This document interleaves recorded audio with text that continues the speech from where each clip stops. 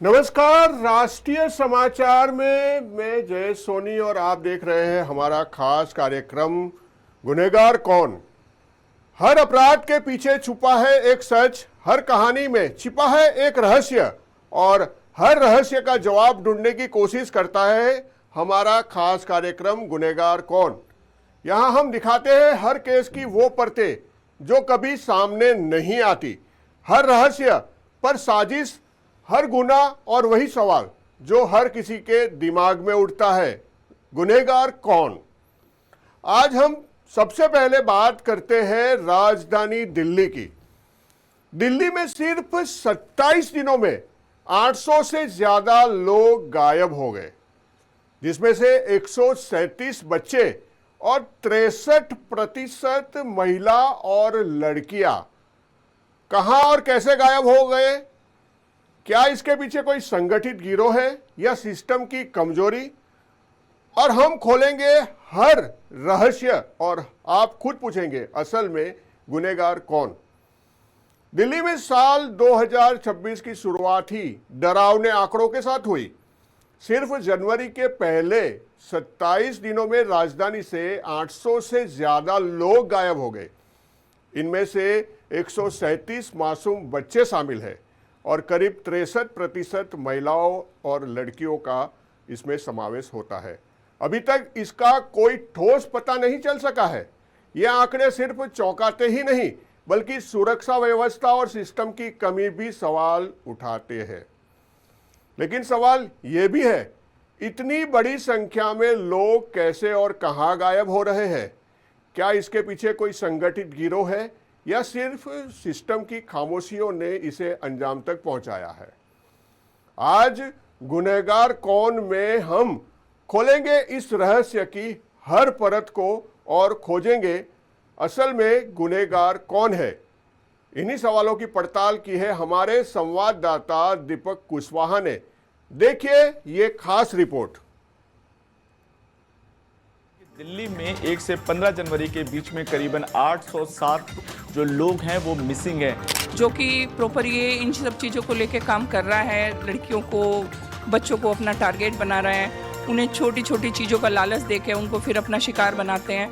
और जहाँ तक बात पुलिस की है तो पुलिस कभी अपना काम जिम्मेदारी से नहीं करती है। एक लड़का में प्यार के जाल में फंसा कर उसको रखा, उसके बाद वो उसने लेके बेच दिया राजस्थान। ये बात कैसे मालूम चली? ये मेरे को मालूम चला बाजार से। तो आपने पुलिस में कंप्लेन की? तो उसने बेच दिया। पुलिस में कंप्लेन करवाई थी मैं पूना में। दिल्ली में लापता व्यक्तियों विशेषकर बच्चों के संबंध में किसी भी प्रकार की घबराहट या भय का कोई कारण नहीं है। इसके दो एंगल हो सकते हैं कि एक बहुत बड़ा कोई ह्यूमन ट्रैफिकिंग गैंग है जो महिलाओं को, बच्चों को वो कर रहे, गायब कर रहे हैं। उसके भी दो रीज़न है क्यों कर रहे हैं उसके। एक होता है ह्यूमन ऑर्गन ट्रांसप्लांट कि किडनी, पेंक्रियाज और सारी चीज़ें, लीवर हो गया जो महंगे हो, उसका निकाल के उसको फिर मार देना, दफन कर देना, जो भी होता है तो उसको गायब कर देना। और दूसरा ये हो सकता है कि गल्फ खाड़ी के देशों में लड़कियों का जो है सप्लाई करते हुए वेश्यावृत्ति में भेजा जाए। ये सिर्फ एक खबर नहीं है, ये वो आईना है जो देश की राजधानी के चेहरे पर एक बड़ा सवाल छोड़ रहा है। दिल्ली, जहां देश की सबसे बड़ी सरकार बैठती है, उसी दिल्ली से जनवरी 2026 के शुरुआती 27 दिनों में 807 लोग लापता हो गए। इनमें 137 बच्चे शामिल हैं और सबसे चौंकाने वाली बात, करीब 63% महिलाएं और लड़कियां हैं। रिपोर्ट कहती है औसतन हर दिन दिल्ली से 27 लोग गायब हो रहे हैं। कुल 807 में से सिर्फ 335 लोग ही ट्रेस किया जा सका है, जबकि 572 लोग अब भी लापता है। सवाल उठता है, आखिर ये लोग कहां जा रहे हैं? क्या ये कोई संगठित गिरोह का काम है या फिर ये सिर्फ अफवाहों का खेल है? इस पूरे मामले पर दिल्ली पुलिस ने सफाई दी है। पुलिस का कहना है कि सोशल मीडिया पर फैल रही कई खबरें भ्रामक और बढ़ा चढ़ाकर पेश की गई है और दिल्ली पुलिस लगातार कार्रवाई कर रही है। दिल्ली में लापता व्यक्तियों विशेषकर बच्चों के संबंध में किसी भी प्रकार की घबराहट या भय का कोई कारण नहीं है। पूर्व की तुलना में दिल्ली में लापता व्यक्तियों की रिपोर्टिंग में कोई वृद्धि नहीं हुई है, बल्कि जनवरी 2026 के माह में पिछले वर्षों की समान अवधि की तुलना में लापता व्यक्तियों की रिपोर्टिंग के मामलों में कमी दर्ज की गई है। ये भी उल्लेखनीय है कि दिल्ली पुलिस में अपराधों की निष्पक्ष एवं पारदर्शी रिपोर्टिंग की नीति अपनाई जाती है। लापता व्यक्तियों की रिपोर्ट न केवल स्थानीय पुलिस थाने में दर्ज कराई जा सकती है, बल्कि ऑनलाइन माध्यम से अथवा ERSS 112 के माध्यम से भी दर्ज कराई जा सकती है। हमारे निर्धारित SOP के द्वारा दिल्ली पुलिस इन सभी मामलों में लापता व्यक्तियों का तुरंत से तुरंत पता लगाने का प्रयास करती है, जिसमें लापता बच्चों के मामले को विशेष प्राथमिकता दी जाती है। इस संबंध में सभी जिलों में डेडिकेटेड मिसिंग पर्सन स्क्वाड्स एवं क्राइम ब्रांच में एंटी ह्यूमन ट्रैफिकिंग यूनिट कार्यरत है, ताकि इस विषय में केंद्रित एवं प्रभावी कार्रवाई सुनिश्चित की जा सके। यह स्पष्ट किया जाता है कि दिल्ली में बच्चों के लापता होने अथवा अपहरण के मामलों में किसी भी संगठित गिरोह की संलिप्तता सामने नहीं आई है। हम आपसे ये अपील करते हैं कि इस संबंध में फैल रही किसी भी प्रकार की अफवाहों पर ध्यान न दें। इसके अतिरिक्त अफवाह फैलाने वालों के विरुद्ध उचित कानूनी प्रावधानों के तहत कार्रवाई की जाएगी। लेकिन तस्वीर का दूसरा पहलू तब सामने आया जब हमारी टीम एक NGO तक पहुंची। महिला शक्ति जन जागृति मंच की प्रतिनिधि पूनम त्यागी का दावा है कि उनके पास रोज ऐसे परिवार पहुंच रहे हैं जिनकी बेटियां या महिलाएं लापता हैं, लेकिन उन्हें पुलिस से संतोषजनक जवाब नहीं मिल रहा है। पिछले दिनों एक खबर चल रही थी जिसमें ये कहा जा रहा था कि एक रिपोर्ट के मुताबिक दिल्ली में 1 से 15 जनवरी के बीच में करीबन 807 जो लोग हैं वो मिसिंग हैं। सबसे ज़्यादा उसमें बच्चे और महिलाओं का जिक्र किया गया था। लेकिन ऐसे में दिल्ली में क्योंकि लगातार कई जगहों पर अगर हम देखेंगे तो वहाँ पर महिलाएं और बच्चे जो है वो मिसिंग पाए जाते हैं। ऐसे में हमारे साथ बात करने के लिए महिला शक्ति जन जागृति मंच की अध्यक्ष पूनम त्यागी है, जो कि एक NGO चलाती है। मैम, क्योंकि हम ये देख रहे हैं कि लगातार मिसिंग की खबरें सामने आती है, एक रिपोर्ट के मुताबिक भी खबरें सामने आई है। इस पूरी खबर को आप कैसे देखती हैं, क्योंकि महिलाओं और बच्चों का खासतौर पर जिक्र किया गया है?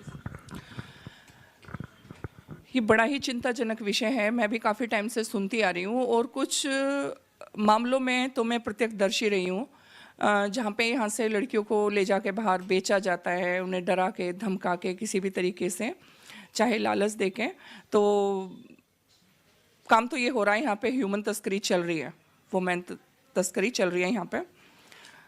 लेकिन दिल्ली पुलिस खासतौर पर ये कह रही है कि जो मिसिंग हो रहे हैं या तो वो अपने आप से भाग रहे हैं महिलाएं, या क्योंकि उनका अपना खुद का जो है वो मैटर रहता है, कोई गायब कर रहा है, इस तरह की एक पुख्ता खबर नहीं है। क्या मानती, क्योंकि लगातार CCTV फुटेज भी आ रही है कि बच्चों को गायब किया जा रहा है, एक गैंग सक्रिय, क्योंकि आपने भी जिक्र किया। हाँ, यहाँ पे गैंग सक्रिय है जो कि प्रॉपर ये इन सब चीज़ों को लेके काम कर रहा है। लड़कियों को, बच्चों को अपना टारगेट बना रहे हैं, उन्हें छोटी छोटी चीज़ों का लालच देके उनको फिर अपना शिकार बनाते हैं। और जहाँ तक बात पुलिस की है तो पुलिस कभी अपना काम जिम्मेदारी से नहीं करती है। पुलिस हमेशा अपनी जिम्मेदारी से पल्ला झाड़ती है। अभी मैं एक केस का जिक्र करना चाहूँगी कि जून में 18 जून 2025 को एक बच्ची को मैं रेस्क्यू करके लाई थी बिलासपुरा राजस्थान से, जहाँ पे उसको एक लड़के ने प्रेम जाल में फंसा के बेच दिया था और मैं रेस्क्यू करके लेके आई हूँ। लड़की ने कोट खावदा थाने में भी, हरियाणा राजस्थान जयपुर में पड़ता है, जयपुर डिस्ट्रिक्ट में पड़ता है, वहाँ पे भी कोट खावदा थाने में लड़की के बयान भी हुए थे, लेकिन ना तो वहाँ की पुलिस ने कोई एक्शन लिया। और लड़की को मैं यहाँ पे लेके आई और यहाँ की पुलिस ने, रनोला थाने की पुलिस है हमारे यहाँ पे, उन्होंने भी बोल दिया कि ये वहीं का मैटर है। जबकि लड़की की जो लड़की की मदर है उसकी कंप्लेंट 7/5/2025 को रनोला थाने में दर्ज है, 7/5/2025 को, और मैं 18 जून को बच्ची को रेस्क्यू करके लेके आ रही हूँ। तो मामला कहाँ का हुआ आप खुद सोच सकते हो। और आज तक हमने कोई डिपार्टमेंट ऐसा नहीं छोड़ा, चाहे वो विजिलेंस में लड़की के बयान भी हुए हैं और 20 सितंबर से फिर से गायब है। हमने कोई डिपार्टमेंट ऐसा नहीं छोड़ा जहाँ हमने इस मुद्दे को ना उठाया हो, जहाँ हमने इसके लिए, इस पे कार्रवाई करने के लिए रिक्वेस्ट ना करी हो। कुछ परिवारों का कहना है कि उन्होंने कई बार थाने के चक्कर लगाए, लेकिन अब तक उनकी बच्चियां का कोई सुराग नहीं मिला। अब परिवार हमारे साथ मौजूद हैं जिनसे बात करेंगे आखिरकार उनके साथ हुआ क्या, बच्ची को कहाँ ले जाया गया, और क्योंकि एक बच्ची जो है उस पर मिली भी है, वो पूरा मामला क्या है। क्या नाम हुआ आपका? शांति। कहाँ की रहने वाली हैं? मैं बिहार का रहने वाली हूँ। अच्छा, क्या पूरा मामला है ये?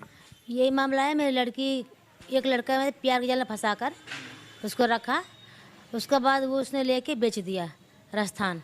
अच्छा, ये बात कैसे मालूम चली आपको? ये मेरे को मालूम चला बाजार से। तो आपने पुलिस में कंप्लेन की?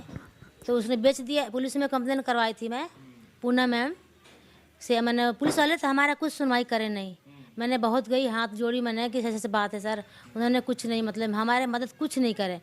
फिर मैं पूनम मैम के साथ आई, पूनम मैम गई थाने में, तो विनोद सर से मतलब बात हुई थी पुलिस थाने, रनोला थाने में। तो उन्होंने लोकेशन निकाले तो कोटखौदा थाने का, वहाँ के पुलिस वाले उस लड़के को और पूरा गैंग के वहाँ बंद कर रखे थे।